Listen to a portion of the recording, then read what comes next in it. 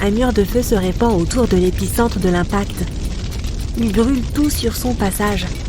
Les vagues soulevées par l'explosion déferlent sur les grandes villes. Et les tremblements de terre sont si puissants que les immenses gratte-ciel s'écroulent comme des châteaux de cartes. Ce sont les conséquences possibles de la collision avec le premier objet interstellaire de l'histoire à travers notre système solaire. Nous l'avons découvert en 2017, mais nous ne sommes toujours pas sûrs de ce dont il s'agit exactement.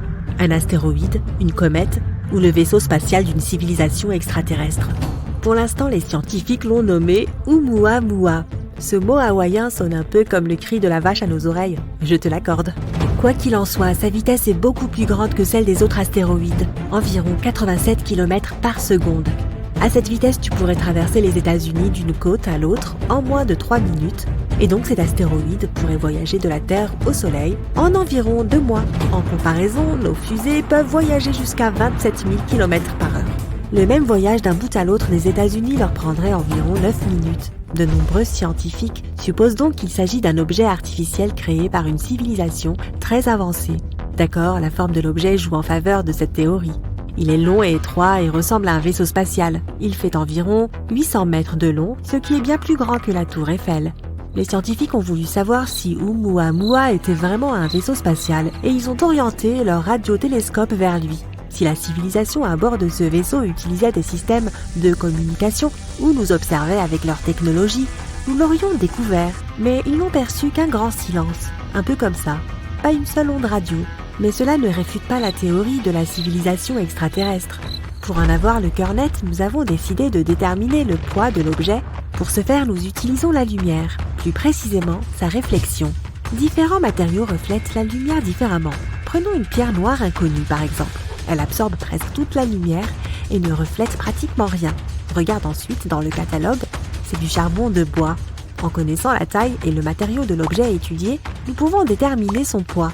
Nous devions donc voir quelle quantité de lumière cet objet réfléchit, et lorsque les scientifiques ont pointé leur télescope sur Oumuamua, ils ont découvert qu'il reflète des couleurs qui correspondent au fer et aussi à certaines roches solides. Et aussi que Oumuamua clignotait tout le temps. Une vive lumière soudaine qui s'éteint lentement peu après, puis qui se remet à briller. Cela signifie qu'il tournait. Et il ne tournait pas autour de son axe comme une flèche. Il tournait de façon chaotique, changeant de position sans cesse. Tout objet artificiel ou vaisseau spatial aurait été détruit par de tels mouvements. Mais Oumuamua est toujours intact. Cela veut dire que les matériaux dont il est fait sont super durs et qu'il ne risque pas de se désagréger de sitôt. Et il n'est pas creux comme un vaisseau spatial. C'est un corps solide. Eh oui, comme moi. Sa vitesse stupéfiante le rend assez mystérieux. Certaines comètes peuvent atteindre la même vitesse ou même une vitesse supérieure. Mais cela est dû à ce qu'on appelle l'effet fusée. Quand un vaisseau spatial décolle de sa rampe de lancement, tu vois du feu jaillir de ses moteurs. Chaque seconde, la fusée mélange son carburant à l'oxygène, ce qui produit ces flammes. Et elle se voit propulsée à une vitesse fulgurante. Selon les lois de la physique, c'est comme si tu prenais appui sur un mur pour sauter. La fusée saute en quelque sorte vers le haut grâce au gaz de combustion qu'elle projette. C'est ainsi qu'une fusée crée la poussière nécessaire et accélère. Les comètes fonctionnent sur un principe similaire. Les rayons du soleil frappent la surface de la comète, les éléments légers comme la glace commencent à s'évaporer, ce gaz va dans un sens et la comète dans l'autre. Comme une fusée, la comète est poussée par le gaz qui s'évapore et ainsi elle accélère. Ce gaz vient aussi former la longue queue de la comète. C'est comme si l'énorme rocher entraînait tout ce gaz derrière elle, ou comme si une voiture entraînait l'air avec elle en roulant à grande vitesse. Mais Oumuamua n'est pas une comète, et il n'a pas cette queue, et il n'est pas soumis à cet effet fusée dont je viens de parler, donc il n'aurait pas dû atteindre cette vitesse. Mais certains scientifiques pensent que Oumuamua avait autrefois une queue, bien que nous l'ayons découvert en 2017, il est dans notre système solaire depuis 1995. Et à cette époque, les rayons du soleil le touchaient déjà. Lorsque nous avons découvert cet astéroïde, il avait déjà perdu environ 95% de sa masse, c'est-à-dire qu'il s'est tout simplement évaporé. D'autres scientifiques pensent que Oumuamua a acquis cette vélocité dès sa naissance quelque part dans un autre système stellaire ou dans une nébuleuse. Il a peut-être eu une collision spectaculaire entre une exoplanète et un autre objet cosmique. L'énergie explosive colossale de la collision aura projeté ce caillou de forme oblongue dans l'espace. Il a pu s'agir encore de l'explosion d'une supernova. Lorsqu'une étoile atteint la fin de sa vie, elle se transforme en géante rouge, elle se met à gonfler et devient des centaines de fois plus grosse. Ensuite, elle rétrécit et explose avec une puissance formidable. Les ondes de l'explosion peuvent se propager à plusieurs années-lumière de l'épicentre, et c'est l'un des événements les plus lumineux de l'univers. Une supernova pourrait donc avoir réduit une exoplanète en morceaux. Et l'un de ces morceaux, Oumuamua, aurait accumulé énormément d'énergie et de vitesse et commencé son long voyage vers la Terre. Cela pourrait expliquer pourquoi Oumuamua continue de tourner si violemment. Mais récemment, des scientifiques ont publié une théorie selon laquelle Oumuamua pourrait être un bloc de glace géant. La glace à laquelle nous sommes habitués est de l'eau H2O, mais Oumuamua pourrait être de la glace d'azote N2. Il serait resté intact dans l'espace interstellaire pendant 500 millions d'années et en arrivant dans notre système solaire, la glace d'azote aurait réfléchi les 2/3 des rayons du Soleil. Ainsi, il ne serait pas énormément réchauffé. Cela expliquerait pourquoi Oumuamua ne possède pas de queue. On retrouve la même glace d'azote sur Pluton ainsi que sur Triton, l'une des lunes de Neptune. Donc, Oumuamua proviendrait d'une exoplanète glacée de ce type. Mais nous ne pourrons en être sûrs qu'en y envoyant une sonde spatiale. Les scientifiques ont élaboré un plan pour cela, appelé projet Lyra. Le problème, c'est que Oumuamua traverse notre système solaire à une vitesse incroyable, bien plus vite que n'importe quelle fusée d'invention humaine. Et nous devons rattraper ce caillou spatial le plus vite possible avant qu'il ne s'éloigne trop. Pour ce faire, nous pouvons nous servir de la gravité. Tout d'abord, la sonde spatiale survolera Jupiter. Elle passera près de cette planète et profitera de son immense gravité pour accélérer. Ensuite, notre sonde se dirigera vers le Soleil. Elle le contournera d'aussi près que possible afin d'être projetée comme par une catapulte vers le rocher spatial. La deuxième option pour atteindre l'astéroïde serait d'utiliser des microsondes. Nous devons en lancer environ 1 millier en orbite. Elles ne doivent pas être plus lourdes qu'une allumette. Chacune d'entre elles sera dotée d'une voile lumineuse de la taille d'un ring de boxe. Ensuite, nous concentrerons un puissant rayon laser depuis le sol sur cette voile. Cela nous permettra d'accélérer la sonde à environ 20% de la vitesse de la lumière. Il ne faut bien sûr pas qu'elle aille trop vite et passe à côté de l'astéroïde. Elle doit être en mesure d'entrer dans son orbite et de se poser dessus. Mais si nous sommes trop lents, Oumuamua quittera notre système solaire avant que nous puissions le rattraper. C'est une expérience très importante car à l'avenir, nous pourrions utiliser de tels astéroïdes comme des taxis spatiaux. Il nous suffira d'entrer dans l'orbite d'un astéroïde interstellaire ou même d'atterrir dessus. Ensuite, nous pourrons nous déplacer dans l'espace à des vitesses incroyables sans utiliser le moindre carburant. Ce serait une excellente option pour voyager sur de longues distances ou pour livrer du matériel dans d'autres systèmes stellaires. Alors pourquoi devrions-nous avoir peur de tels objets ?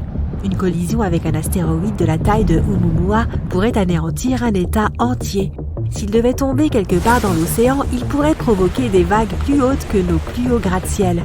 Les scientifiques cherchent sans relâche des moyens de nous protéger contre de tels objets. L'un de ces moyens est le bélier. Si nous repérons un objet potentiellement dangereux, nous pouvons envoyer un vaisseau spatial vers lui.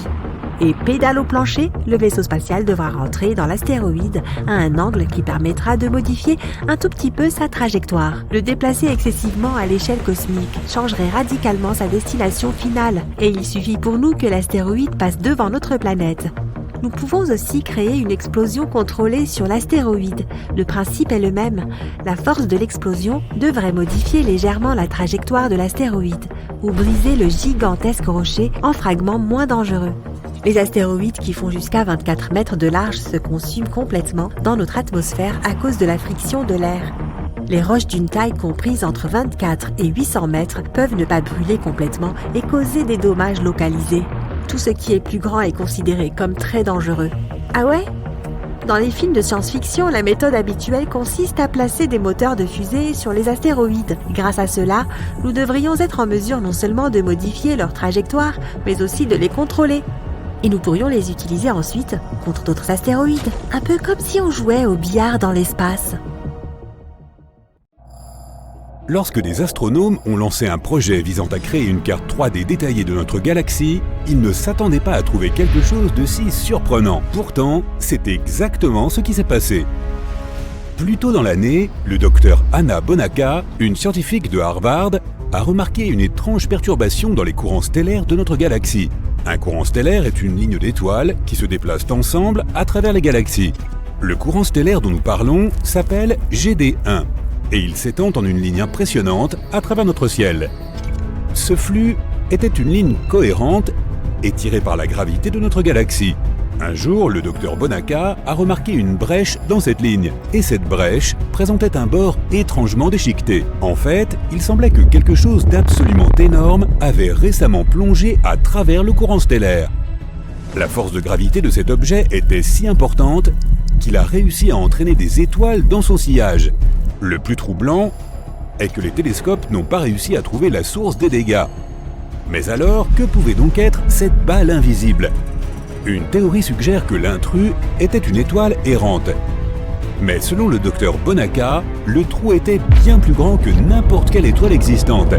Il devrait être 1 million de fois plus massif que notre Soleil. Et si le trou de la Voie lactée était déchiré par un trou noir supermassif, comme celui qui se trouve au centre de notre galaxie ? Si ces deux trous noirs se rapprochaient trop, ils ne pourraient pas échapper à la gravité l'un de l'autre. Une collision pourrait être inévitable. Le plus puissant des deux trous dévorerait alors le plus faible, et un énorme trou noir superpuissant apparaîtrait. Mais personne n'a encore été témoin d'une collision de trous noirs. De plus, les scientifiques ne peuvent pas prédire les conséquences d'une telle fusion, même s'ils l'ont simulée sur de puissants ordinateurs. Le seul fait évident est qu'elle produirait d'incroyables quantités d'énergie. D'énormes ondulations se propageraient dans tout l'univers et finiraient inévitablement par toucher notre planète.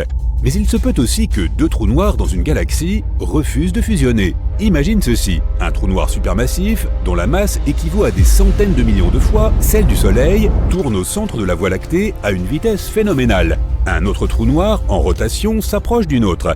Que penses-tu qu'il va se passer ? L'un des trous, très probablement l'intrus, sera expulsé et envoyé au loin comme un frisbee volant dans l'espace. Et qui peut garantir qu'il ne se dirigera pas vers la Terre ? Heureusement pour nous, il n'y a pas de trou noir supermassif dans les environs. Et cette théorie ne permet pas d'expliquer le mystérieux phénomène de cette perforation. Le docteur Bonaca n'exclut toujours pas la possibilité que l'intrus soit une sorte d'objet lumineux semblable à une étoile. Après avoir fait un trou dans la Voie lactée, il pourrait se cacher quelque part dans la galaxie. Mais encore une fois, cela semble hautement improbable en raison de la taille énorme de l'objet. On parle tout de même de 30 à 65 années-lumière de diamètre. Dans tous les cas, il est difficile de prédire où il aurait terminé. S'il s'agissait d'un objet lumineux, l'intrus aurait pu se déplacer à une vitesse incroyablement élevée et n'aurait pas eu besoin d'être si massif pour faire un trou dans le courant stellaire. Ou bien il aurait pu se déplacer plus lentement, mais être très lourd. Les astronomes ne savent pourtant pas de quelle option il s'agit. C'est pourquoi il est pratiquement impossible de prédire où il s'est retrouvé. Un peu comme un clignotant cosmique géant, un trou noir supermassif situé à 570 millions d'années-lumière produit des éruptions tous les 114 jours. Récemment, les astronomes ont remarqué de puissantes éruptions de lumière provenant du trou. Cette monstruosité a une masse environ 20 fois supérieure à celle du trou noir qui se trouve au centre de notre galaxie, la Voie lactée.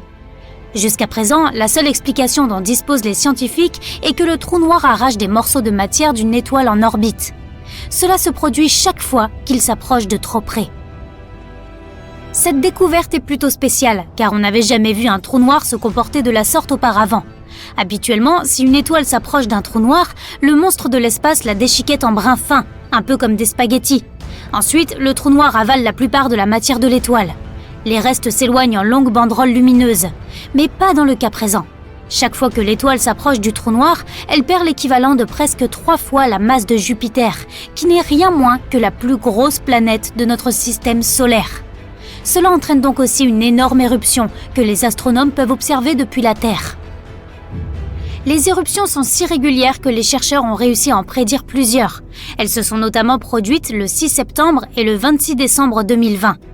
Une nébuleuse est un nuage de poussière et de gaz en suspension dans l'espace. Tu peux la voir dans le ciel nocturne sous la forme d'une tache claire ou, à l'inverse, d'une tache sombre sur fond de matière lumineuse.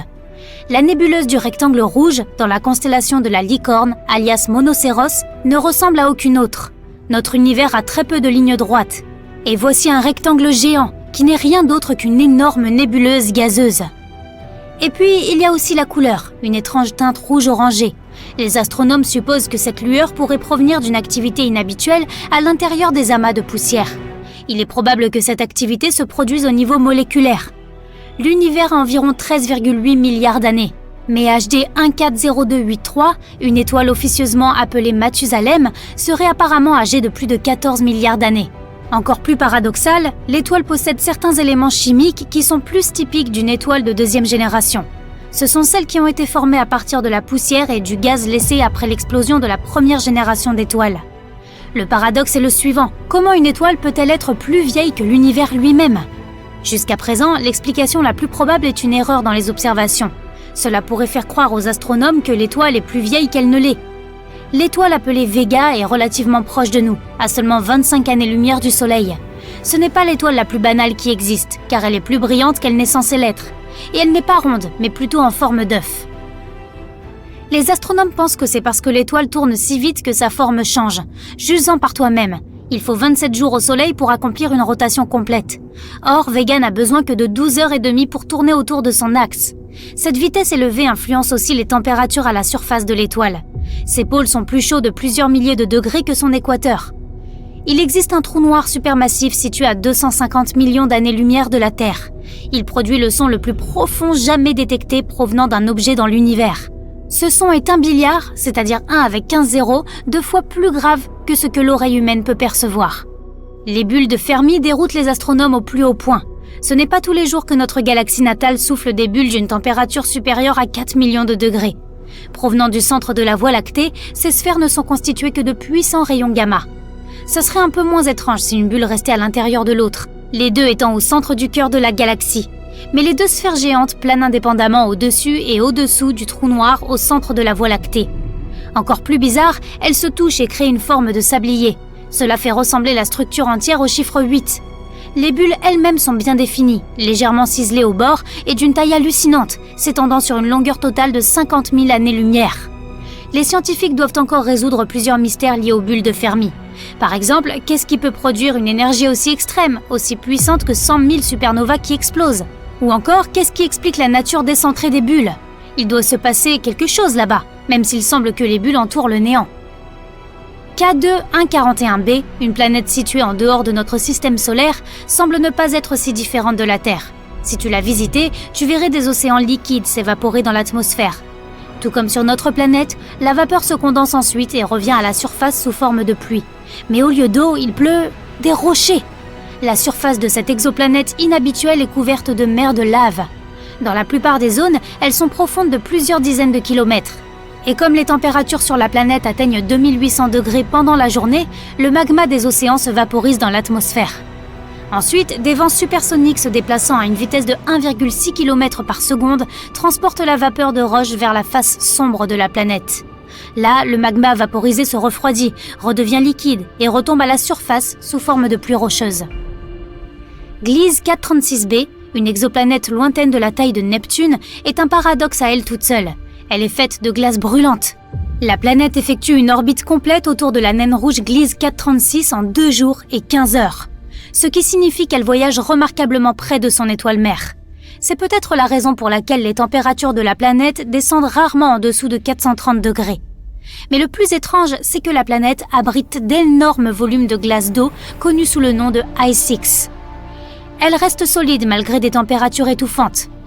Les neutrinos sont de minuscules particules, presque sans masse, qui peuvent se déplacer à une vitesse proche de celle de la lumière. Ils peuvent facilement traverser les métaux et parcourir des kilomètres sans que rien ne les arrête. Tu peux être sûr que des neutrinos traversent ton corps en ce moment même, pendant que tu regardes cette vidéo. Ces particules subatomiques insaisissables naissent dans les explosions de supernovas et dans les réactions nucléaires à l'intérieur des étoiles. À environ 4000 années-lumière de la Terre, dans la constellation du Serpent, se trouve une planète bizarre. Les astronomes pensent qu'elle aurait pu être autrefois le noyau d'une étoile massive, maintenant disparue depuis longtemps. De 5 fois la taille de la Terre, elle semble être un énorme diamant. La planète est plus dense que toutes les autres découvertes jusqu'à présent et se compose principalement de carbone. Elle est si dense que les astronomes pensent que ce carbone pourrait être cristallin. Cela signifie qu'au moins une partie de la planète est un diamant. La plupart des étoiles se déplacent autour du centre de leur galaxie en suivant des orbites fixes, mais pas HE 04375439. Cette étoile vieille de 30 millions d'années, apparue non loin du centre de la Voie lactée, a décidé de partir en voyage. Les astronomes pensent que l'étoile pourrait avoir croisé le trou noir supermassif Sagittarius A*. Et ce monstre spatial a peut-être poussé l'étoile hors de la galaxie. Elle voyage maintenant à travers le halo extérieur de la Voie lactée, se dirigeant droit vers l'espace interstellaire à une vitesse de 2 500 000 km/h. Les halos stellaires entourent les galaxies et abritent des étoiles et des amas d'étoiles. Cette découverte s'est avérée extrêmement déroutante. Des étoiles massives aussi jeunes, car des dizaines voire des centaines de millions d'années, c'est très jeune pour une étoile, ne se trouvent généralement pas dans le halo. Là, on ne rencontre que les étoiles les plus anciennes de notre galaxie, âgées d'au moins 10 milliards d'années. Lorsque des collisions désastreuses de champs magnétiques se produisent à l'équateur du Soleil, elles provoquent de gigantesques tsunamis de plasma. Ces tsunamis se déplacent à la surface de l'étoile à une vitesse de 300 mètres par seconde. De tels tsunamis, qui peuvent durer pendant des semaines, se produisent presque chaque décennie. À plus de 7000 années-lumière de la Terre se trouve la nébuleuse de l'Aigle. C'est un jeune amas d'étoiles, âgé de seulement 5,5 millions d'années. Le télescope spatial Hubble a réussi à capturer une image de plusieurs silhouettes sombres près du centre de la nébuleuse. Ce sont les piliers de la création, des vrilles imposantes de gaz et de poussière interstellaire. Ils font aussi partie de la zone active de formation d'étoiles de la nébuleuse. Les étoiles naissantes sont cachées dans ces colonnes de gaz. Contrairement à leurs frères et sœurs supermassifs, les hypothétiques mini-trous noirs pourraient être vraiment minuscules, pas plus gros qu'un atome. Mais même ainsi, un seul minuscule trou noir aurait la masse d'un millier de voitures.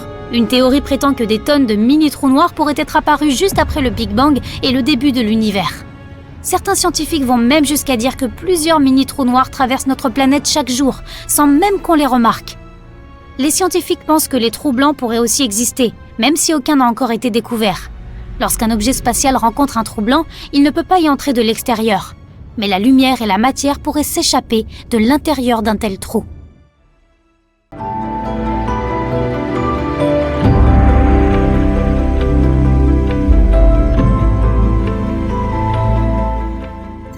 La Lune est le deuxième objet le plus brillant dans notre ciel. Et pourtant, parmi les autres corps célestes, c'est l'un des moins éclatants et des moins réfléchissants. Notre satellite naturel n'a l'air brillant que parce qu'il est proche de la Terre. En guise de comparaison, notre planète a l'air bien plus éclatante quand tu la regardes depuis l'espace. C'est à cause des nuages, de la glace et de la neige qui reflètent bien plus de lumière que la plupart des types de roches. Triton, la lune de Neptune, a toute sa surface recouverte de plusieurs couches de glace. Si ce satellite remplaçait notre lune actuelle, le ciel nocturne serait 7 fois plus illuminé. Plus la lune est proche de l'horizon, plus elle a l'air grosse.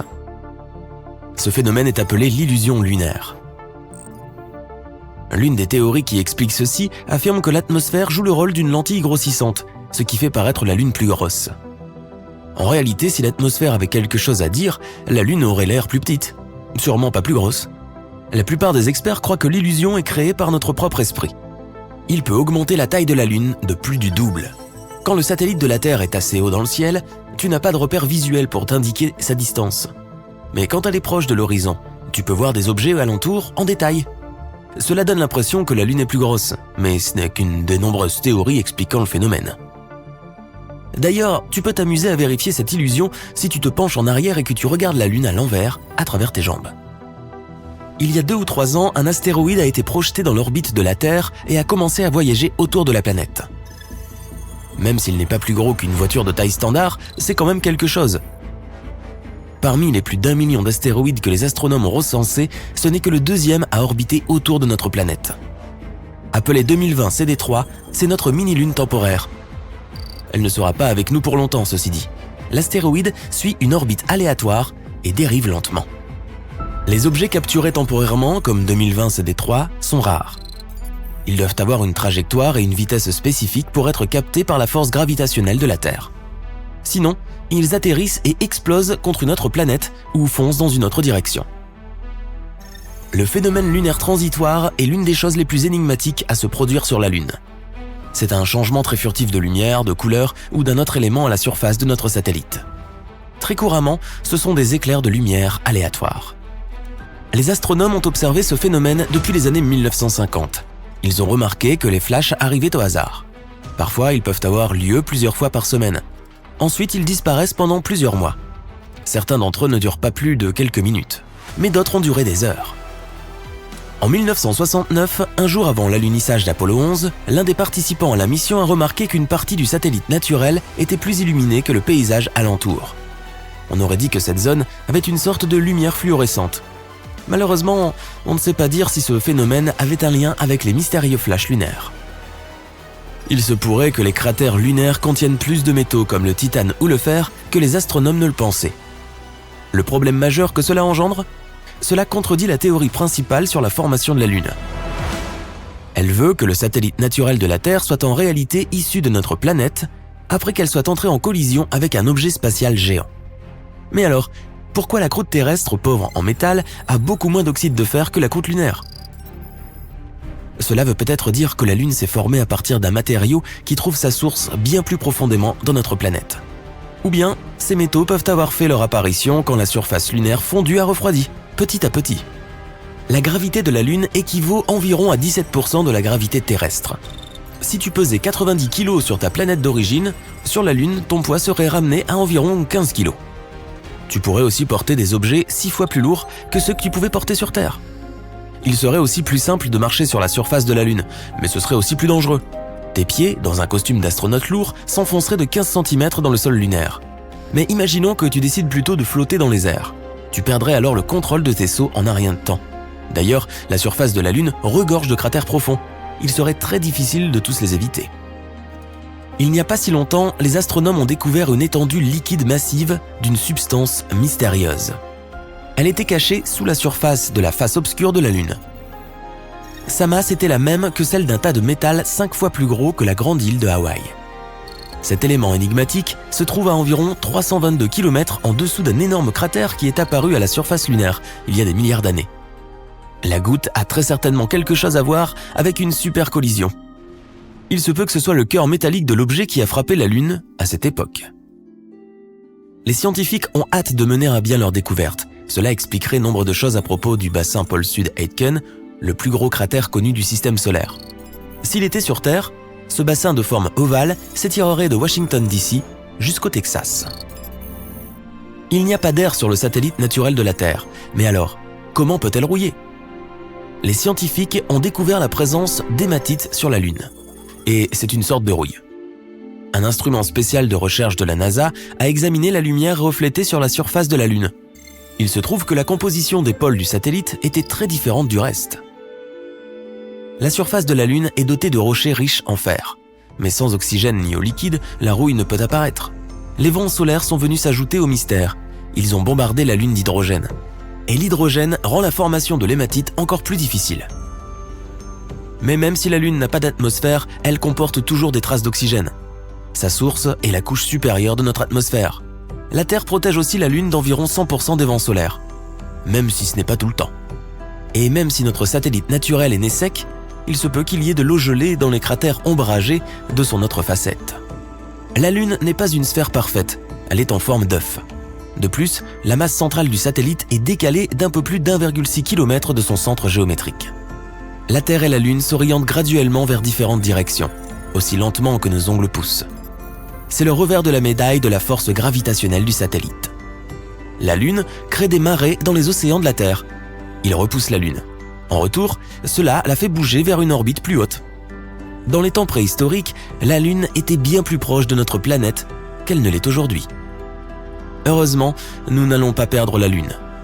Plus elle va loin, plus sa force gravitationnelle s'affaiblit. Cela veut dire que bientôt notre planète ne repoussera plus la Lune avec autant de force. Il y a très peu d'activité à l'intérieur de la Lune. De plus, il n'y a presque pas d'atmosphère autour.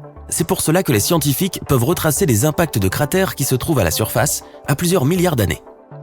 En donnant un âge à ces cratères, les astronomes ont découvert que la Lune, ainsi que notre planète, avait connu un grand bombardement tardif il y a environ 4 milliards d'années. Cet événement est aussi connu sous le nom de cataclysme lunaire. Cet intervalle a duré plusieurs centaines de millions d'années. À ce moment, un nombre incroyablement élevé d'astéroïdes est entré en collision avec la Terre, Mercure, Mars et Vénus. Il y a peut-être un labyrinthe de tunnels de lave sur la Lune. Il n'y a pas si longtemps, les astronomes ont reçu les résultats d'une topographie lunaire souterraine. Ils ont découvert une caverne massive sous la surface du satellite. D'environ 48 km de long et 96 km de large, la grotte pourrait bien être le résultat d'une activité volcanique datant de 3 milliards d'années. Après que les flux de lave ont durci, ils ont créé une croûte épaisse et solide à l'extérieur. Mais à l'intérieur, la lave a continué de s'écouler, faisant fondre la roche et créant des tunnels et des grottes. Bon nombre de trous découverts à la surface de la Lune par la NASA pourraient être les ouvertures de tunnels de lave. L'orbite de la Lune autour de la Terre ne forme pas un cercle. Elle est ovale. C'est pour cela que la distance entre notre planète et le satellite varie d'une distance de 362 000 km à plus de 402 000 km. Il y a une très légère activité sismique à l'intérieur de la Lune. Pourtant, les mini-tremblements de Lune, causés par la force gravitationnelle de notre planète, se passent parfois à plusieurs kilomètres en dessous de sa surface. Ensuite, de petits craquements et fractures apparaissent sur la croûte et des gaz s'en échappent. Reconnais-tu cet astre majestueux ? La deuxième plus grande planète à partir du Soleil. En effet, une géante gazeuse à l'aspect brumeux jaune-brun, c'est bien ça. 7 anneaux énormes et intimidants, tout à fait. Tu l'as compris, il ne peut s'agir que de Saturne. Et récemment, le télescope spatial Hubble a fait une découverte étonnante. Apparemment, les anneaux de la planète exerceraient sur elle une force depuis longtemps. Une nouvelle étude a révélé que ces anneaux emblématiques réchauffaient la haute atmosphère de Saturne. Le plus intéressant, c'est que les chercheurs de la NASA affirment qu'il s'agit là d'un phénomène que le monde scientifique n'a jamais observé ailleurs dans notre système solaire. Ce secret s'est trouvé juste sous notre nez pendant 40 ans, et ce n'est qu'après avoir exploité les relevés de la planète transmis par le télescope spatial Hubble, la sonde Cassini, désormais à la retraite, et les engins spatiaux Voyager 1 et 2, que les astronomes l'ont mis au jour. Cette interaction inattendue entre la géante gazeuse et ses anneaux pourrait devenir un outil permettant de prédire quelles planètes des autres systèmes stellaires possèdent également de magnifiques systèmes d'anneaux semblables à ceux de Saturne. Alors, comment s'est-il avéré que la planète géante était en train d'être lentement cuite par ses propres anneaux ? L'indice caractéristique est un excès de rayonnement ultraviolet. Il s'agit d'une raie spectrale d'hydrogène réchauffée dans l'atmosphère de la géante gazeuse. L'augmentation du rayonnement ne peut que signifier que quelque chose irradie la haute atmosphère depuis l'extérieur. On ne sait pas encore très bien comment ce processus se produit, mais l'explication la plus probable est que des particules d'anneaux glacés pleuvent sur Saturne et provoquent ce réchauffement. Mais il pourrait aussi s'agir de l'impact de minuscules météorites ou des particules du vent solaire. Le réchauffement pourrait être causé par le rayonnement solaire ultraviolet ou par des forces électromagnétiques charriant des poussières chargées électriquement. Lorsque la sonde Cassini de la NASA a terminé sa mission et plongé dans l'atmosphère de Saturne, elle a eu le temps d'en mesurer les composants atmosphériques. Il s'est avéré que de nombreuses particules tombaient effectivement des anneaux. Mais dans tous les CA, ce processus de chauffe se produit grâce à l'influence du champ gravitationnel de la géante gazeuse. Les astronomes avaient quoi connaissance de la lente désintégration des anneaux de Saturne. Mais comment ce processus affecte-t-il la planète ? Cela mérite qu'on se penche sur la question.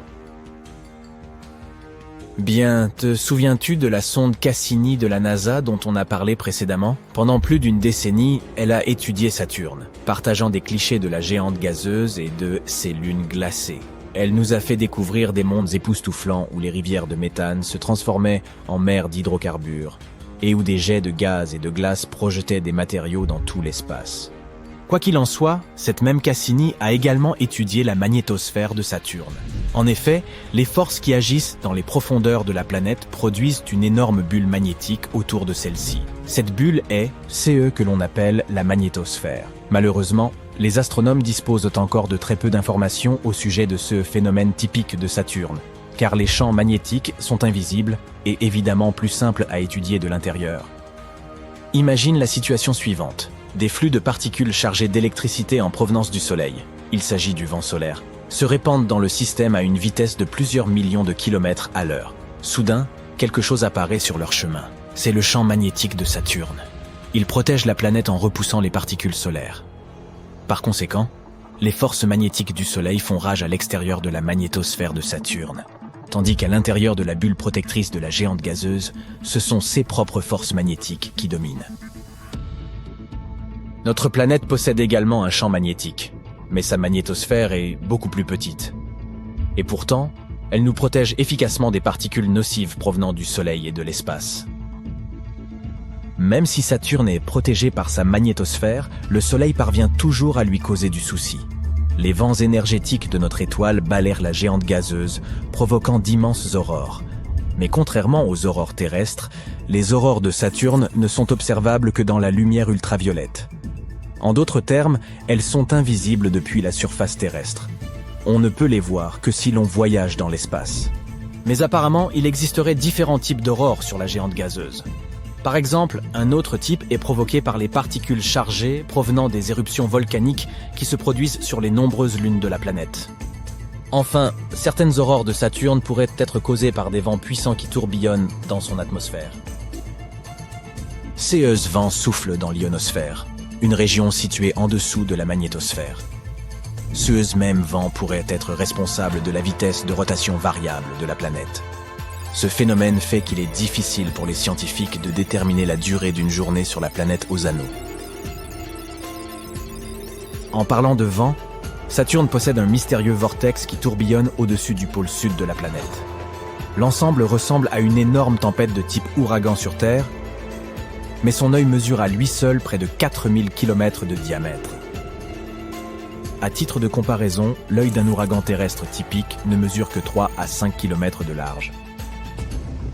Ce qui déroute les astronomes, c'est que le phénomène s'apparente à un ouragan, mais ne se comporte pas comme tel. Il est stationnaire et continue de tourner au-dessus de la même zone du pôle sud. Et alors que les tourbillons polaires sur Terre ont des noyaux froids, celui de Saturne paraît chaud. Et maintenant, prépare-toi à une autre surprise que Saturne nous a préparée. Sur une image envoyée à la Terre par le télescope spatial Hubble, on peut voir 2 taches sombres sur le côté gauche des anneaux de la planète. Ces taches sont surnommées des spokes. Certains les ont comparées à des rayons de bicyclette. L'ombre et la forme des spokes varient. Ils peuvent sembler sombres ou clairs, cela dépend de l'angle et de l'éclairage. Parfois, ils peuvent même ressembler à des taches plutôt qu'à une forme classique de rayon radial. Ils ne durent pas non plus très longtemps, mais la bonne nouvelle, c'est qu'ils devraient être de plus en plus nombreux au fur et à mesure que nous nous rapprocherons du 6 mai 2025. C'est à cette date que se produira l'équinoxe d'automne sur Saturne. À l'échelle terrestre, c'est le moment où le Soleil se trouve exactement au-dessus de l'équateur de la planète et où le jour et la nuit atteignent leur durée moyenne. Mais sur Saturne, c'est un peu différent. Comme notre planète, Saturne est inclinée sur son axe. C'est pourquoi elle connaît 4 saisons. Mais comme l'orbite de la géante gazeuse est beaucoup plus grande, chacune de ces saisons dure environ 7 années terrestres. Cet équinoxe se produit lorsque les anneaux de Saturne sont orientés vers le Soleil. Mais quelle est la cause de ces spokes? Les astronomes pensent qu'il s'agit du champ magnétique de la géante gazeuse. Lorsqu'un champ magnétique planétaire interagit avec le vent solaire, il crée un environnement électriquement chargé. Comme nous le savons déjà, sur Terre, cela se traduit par des aurores boréales. Et si nous parlons de Saturne, les plus petites particules d'un anneau glacé peuvent également être chargées. Et cela fait probablement léviter temporairement ces particules au-dessus des plus gros débris qui composent ces anneaux. Les spokes des anneaux de Saturne ont été repérés pour la première fois par la mission Voyager de la NASA. Cela s'est passé au début des années 1980. À l'époque, nous ne savions pas qu'il s'agissait d'un phénomène saisonnier. Après tout, Voyager 2 n'a fait que passer à côté de la planète et a poursuivi sa route. Pour comprendre la nature et le fonctionnement de ces spokes, les astronomes avaient besoin d'un télescope spatial capable d'observer les anneaux de Saturne de loin. C'est là qu'intervient Hubble. Le dernier équinoxe sur Saturne a eu lieu en 2009. C'est à cette époque que la sonde spatiale Cassini orbitait autour de la géante gazeuse. Elle a envoyé de nombreuses images étonnantes à la Terre, et elle a réussi à prouver assez rapidement que les spokes n'étaient pas dus à une quelconque interaction gravitationnelle avec Saturne. Pas plus qu'à l'influence des lunes et des petits satellites de la géante gazeuse qui jalonnent les anneaux de la planète. Dès 2005, Cassini a été en mesure de confirmer que les spokes étaient liés au champ magnétique de Saturne. Et même si cette mission s'est achevée en 2017, aujourd'hui encore, Hubble continue sa surveillance à long terme des changements à la surface et autour de Saturne. En dépit de toutes ces observations, les astronomes ne peuvent toujours prédire ni le début ni la durée de vie de ces spokes. Fort heureusement, Les anneaux proéminents de Saturne constituent un laboratoire idéal pour étudier ce phénomène. En effet, même si les autres géantes gazeuses du système solaire possèdent également des anneaux, ceux-ci ne sont pas aussi facilement observables. Et les scientifiques ne savent pas s'il se trouve également des spokes sur ces planètes.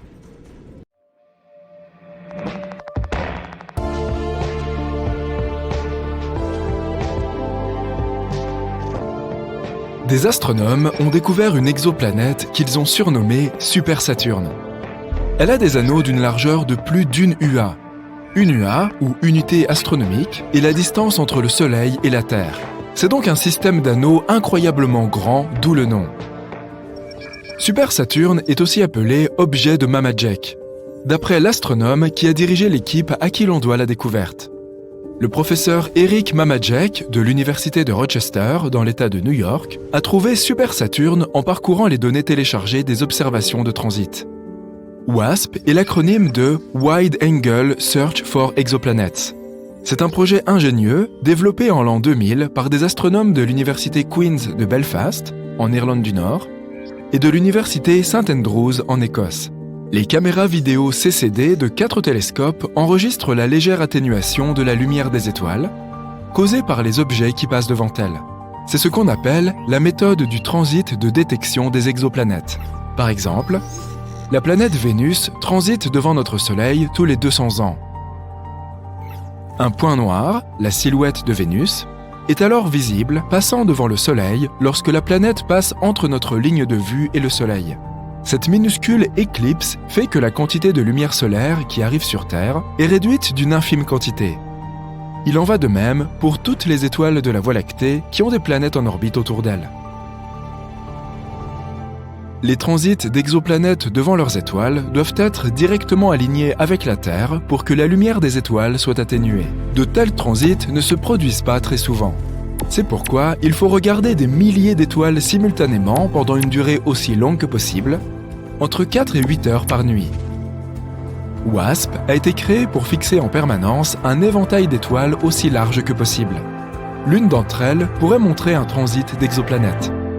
Cela se traduit par la production d'une grande quantité de données, environ 40 gigaoctets par session d'observation. Les informaticiens de l'université de Leicester, en Angleterre, ont développé un programme informatique pour stocker les données et générer des graphiques photométriques de l'intensité lumineuse de chaque étoile. L'université ouverte, également située en Angleterre, a rejoint le projet WASP, a pris ces données et les a mises à la disposition des astronomes du monde entier pour leurs recherches. Les graphiques de l'intensité de la lumière des étoiles sont appelés courbes de lumière. Ces graphiques ont 2 axes. L'un est l'axe du temps, l'autre est l'intensité de la lumière. Lorsque l'objet, considéré comme une exoplanète, bien qu'il puisse aussi s'agir d'une étoile naine brune, passe devant l'étoile, l'axe du temps suit la vitesse à laquelle il se déplace. Il nous indique à quel point l'objet est proche de l'étoile, tandis que l'axe de la luminosité suit l'atténuation de la lumière de l'étoile. De cette façon, nous pouvons connaître la taille de l'objet. Évidemment, les gros objets atténueront davantage la lumière et seront plus faciles à détecter. Actuellement, les équipements terrestres ne sont pas assez sensibles pour mesurer l'obscurcissement causé par des planètes aussi petites que la Terre. Les planètes de taille au moins égale à celle de Neptune représentent le seuil de détection du WASP. Le télescope spatial James Webb, qui est depuis peu en service, est beaucoup plus sensible et pourra résoudre les transits d'exoplanètes de la taille de notre Terre. Tu brûles certainement d'envie de te rendre sur cette Super Saturne, mais il y a autre chose que tu dois savoir avant d'y arriver.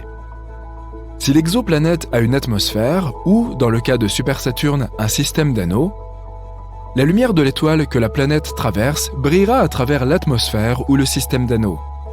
Et cela peut être aussi détecté. La courbe de lumière montrera moins d'atténuation dans les données photométriques, car toute la lumière des étoiles n'est pas bloquée.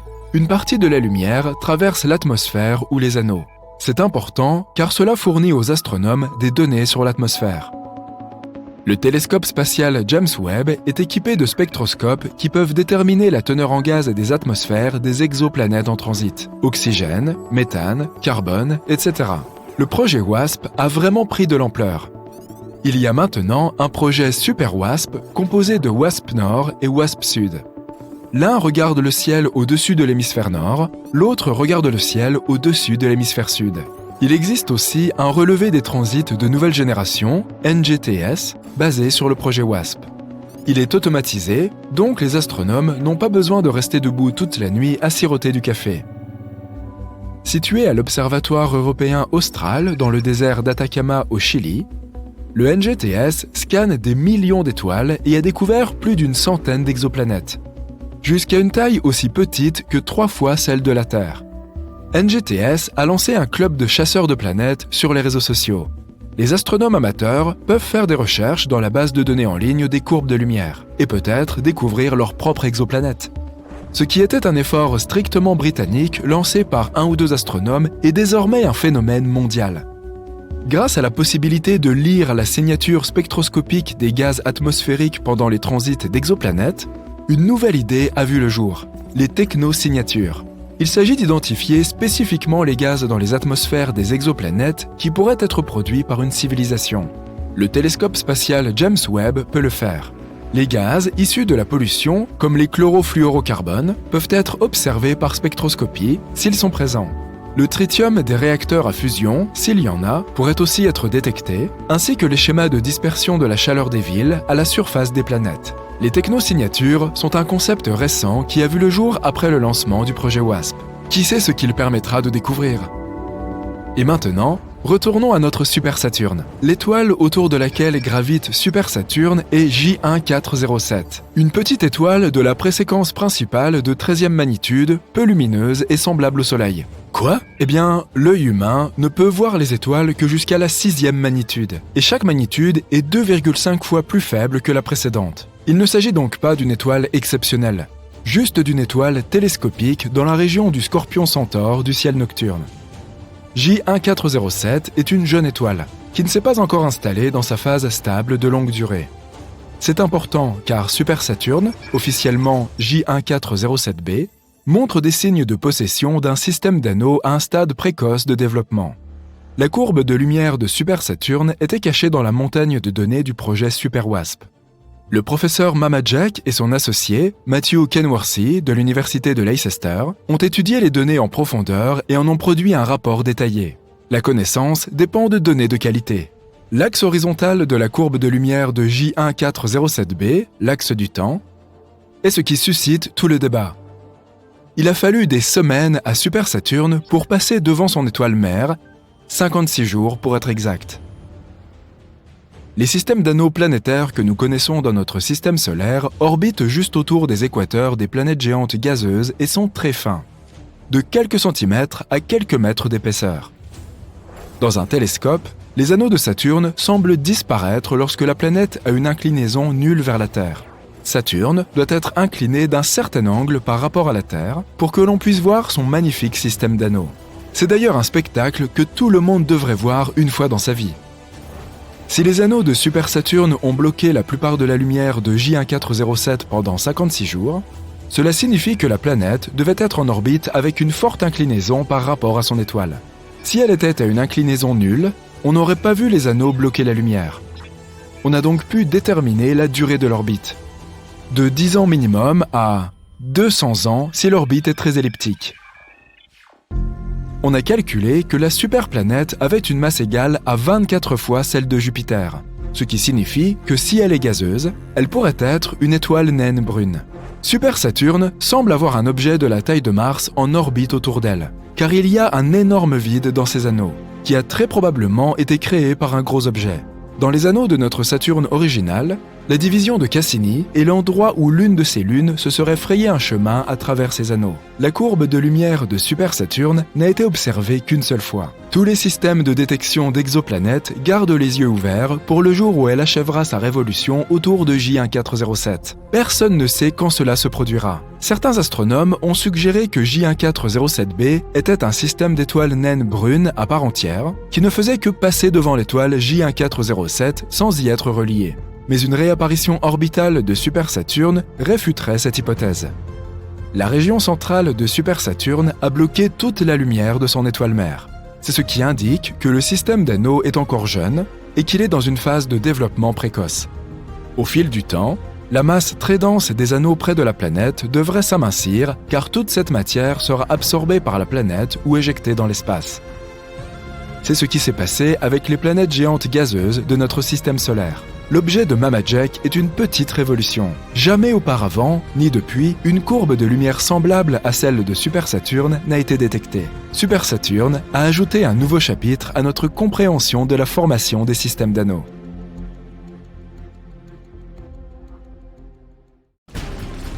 Le Soleil est une étoile de taille moyenne, et pourtant elle pourrait contenir 1 300 000 terres.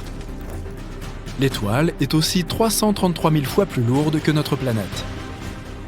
La NASA a traduit les ondes radio créées par l'atmosphère des planètes en sons audibles. C'est ainsi que les astronomes ont découvert que le son produit par Neptune ressemble aux vagues de l'océan, que Jupiter a l'air d'être sous l'eau, et que la voix de Saturne ressemble à la musique de films d'horreur. La Terre, elle, sonne un peu comme du jazz bebop. Bon, d'accord, ça je l'ai inventé. La surface du Soleil est brûlante, mais un éclair est 5 fois plus chaud. La Terre est frappée par 100 éclairs chaque seconde, ce qui représente 8 millions de coups de foudre par jour et environ 3 milliards par an. Incroyable! Si tu parviens un jour à aller sur la Lune et à voir des traces de pas récentes, cela ne veut pas dire qu'il y a quelqu'un d'autre avec toi. Les empreintes de pas ou d'autres marques du même type peuvent subsister 1 million d'années là-bas, car la Lune ne possède pas d'atmosphère. Il n'y a pas de vent, même pas une petite brise qui pourrait, même lentement, effacer ces empreintes. Les astronomes ont trouvé le plus grand trou que nous ayons jamais vu dans l'univers. On l'appelle le vide géant et il s'étend sur une surface d'1 milliard d'années-lumière. C'est par accident qu'il a été découvert. L'un des membres de l'équipe de recherche s'ennuyait un peu et a voulu vérifier comment les choses se déroulaient dans la direction du point froid. Il s'agit d'une anomalie dans la carte du fond diffus cosmologique, ou FDC en abrégé. Il s'agit d'une faible lueur qui atteint notre planète depuis différentes directions et remplit l'univers. Elle traverse l'espace depuis près de 14 milliards d'années et constitue ce qui reste de la production lumineuse qui a suivi le Big Bang. Alors, tu tombes en plein cœur d'un trou noir et tu te prépares donc à une triste fin. Pas de panique. Tomber dans un trou noir ne te détruira pas nécessairement, toi ou ton vaisseau spatial. Il faudrait choisir un trou noir de grande taille pour survivre. Si tu tombes dans un petit trou noir, ce qu'on appelle l'horizon des événements est très étroit. La gravité, quant à elle, s'intensifie un peu plus à chaque centimètre. Donc, si tu étends ton bras en avant, il y aura une grande différence de gravité qui s'applique entre tes doigts et ton coude. Cela aura pour effet d'allonger ta main, provoquant une sensation plutôt désagréable. Très désagréable pour être honnête. Les choses ne seraient pas tout à fait les mêmes si tu tombes dans un trou noir supermassif comme ceux qui se trouvent au centre des galaxies. Ces objets peuvent être des millions de fois plus lourds que le Soleil. Leur horizon des événements est vaste et la gravité ne change pas aussi rapidement. Ainsi, la force que tu ressentirais sur tes talons et au sommet de ta tête serait à peu près la même, et tu pourrais aller jusqu'au cœur du trou noir. Enfin, cela reste à prouver. Si tu regardes un film très touchant dans l'espace et que tu te mets à pleurer, tes larmes ne couleront pas. Elles s'accumuleront autour des globes oculaires. Tes yeux deviendront trop secs et tu auras l'impression qu'ils brûlent. Tout liquide exposé sur ton corps s'évaporera, y compris à la surface de ta langue. En parlant de brûler, c'est une chose que le feu ne peut pas faire dans l'espace. En effet, le feu peut se propager quand il y a un flux d'oxygène. Et comme il n'y en a pas dans l'espace, une fois qu'elles ont explosé, les étoiles ne sont pas censées revenir à la vie. Mais certaines étoiles ont survécu en quelque sorte à une grande explosion de supernova. Ces étoiles zombies sont plutôt rares. Les scientifiques en ont trouvé une très grosse appelée LP40-365. C'est une naine blanche partiellement brûlée. Une naine blanche est une étoile qui a brûlé tout son hydrogène, et cet hydrogène était auparavant son combustible nucléaire. Dans ce cas, l'explosion finale était peut-être plus faible qu'elle ne l'est habituellement, pas assez puissante pour détruire l'étoile en entier. C'est comme si une étoile avait voulu exploser mais n'y était pas parvenue, ce qui explique qu'une partie de la matière ait survécu. Si tu vas un jour dans l'espace, n'enlève pas ta combinaison, sauf si tu es dans un vaisseau spatial. Dans l'espace, l'air dans tes poumons se dilaterait, ainsi que l'oxygène dans le reste de ton corps. Tu serais comme un ballon, 2 fois plus grand que ta taille normale. Bonne nouvelle, la peau est suffisamment élastique pour te contenir, ce qui signifie que tu n'exploserais pas. Petit réconfort. Lorsqu'un objet entre dans un trou noir, il change de forme et s'étire comme des spaghettis. Cela se produit parce que la force gravitationnelle attire un objet dans une direction, tout en le comprimant dans une autre. Une sorte de paradoxe des pâtes. Par ailleurs, un trou noir aussi gros qu'un atome a la masse d'une très grosse montagne. Il y en a un au centre de la Voie lactée appelé Sagittarius A. Il a une masse équivalente à 1 milliard de soleils, mais heureusement, il est très loin de nous. Si tu faisais un gros boom sur un astéroïde, tu ne serais pas capable d'entendre son bruit. Oui, nous entendons souvent le bruit des vaisseaux spatiaux et des batailles dans l'espace dans les films, mais ce n'est qu'un mythe. Le son est une onde qui se propage en raison des vibrations des molécules. Une personne frappe des mains à quelques mètres de toi. L'onde sonore commence à pousser la première molécule d'air à côté du claquement, puis la deuxième, la troisième, et ainsi de suite jusqu'à ce que l'onde atteigne ton oreille. Pour diffuser le son, nous avons donc besoin de molécules comme l'air ou l'eau. Dans l'atmosphère, les ondes sonores se propagent très bien, mais l'espace est un vide. Donc, il n'y a rien à y entendre. Tu peux taper bruyamment dans tes mains, mais il n'y aura pas de molécules capables de vibrer et de transporter ce son. Donc, pour avoir une conversation, il faut soit une radio, soit une très bonne lecture des lèvres. Les météoroïdes sont en orbite autour du Soleil, tandis que la majorité des débris d'origine humaine sont en orbite autour de notre planète.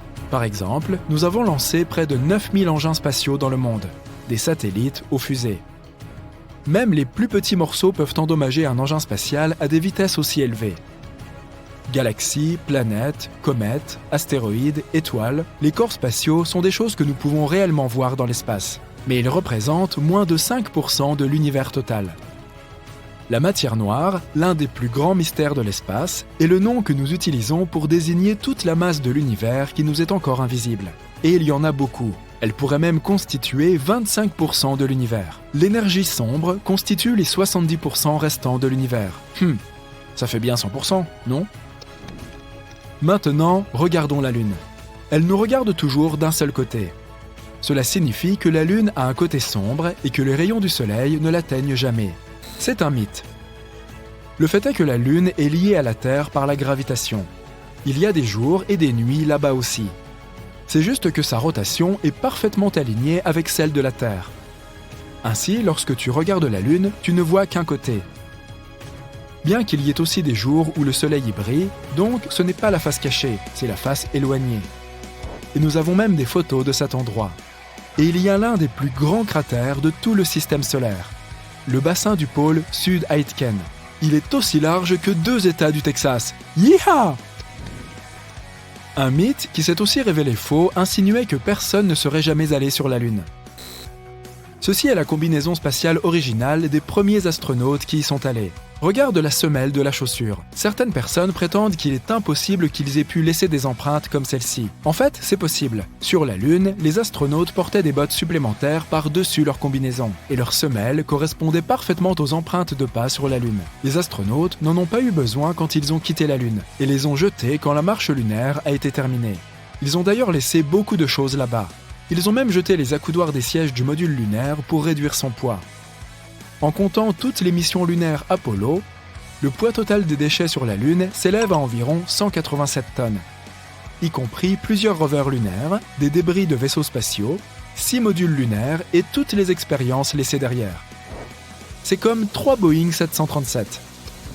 Un autre mythe sur le Soleil est qu'il est jaune. On va t'envoyer dans l'espace pour celui-ci.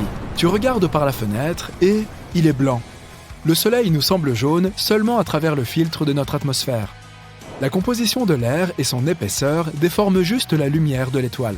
Mais les étoiles ont tout de même des couleurs différentes. Les étoiles plus froides ont des couleurs orange et rouge vive. Ce sont généralement de très vieilles étoiles, plus vieilles que notre Soleil. Mais les étoiles jeunes et très chaudes sont d'un bleu vif. Le Soleil se situe à peu près au milieu de ce spectre. Passons à un autre mythe, concernant les astéroïdes. Nous devons voler un peu plus loin que l'orbite de Mars. Wow! Nous voici dans une ceinture d'astéroïdes, et nous devons constamment esquiver des roches géantes et des blocs de glace. On s'est retrouvé au milieu d'un nuage dense et concentré en astéroïdes. Non, pas vraiment. Le fait est que l'espace est énorme, et les distances sont incroyables. Tous les rochers et débris de la ceinture d'astéroïdes ne représentent que 4% du poids de la Lune. Donc, il n'y en a vraiment pas tant que ça là-bas. Pour comprendre la dimension du vide dans l'espace, regarde la collision de 2 galaxies. Il y a des milliards d'étoiles dans chacune d'elles. Si on les mélange, il est peu probable qu'il y ait des collisions. Même ici.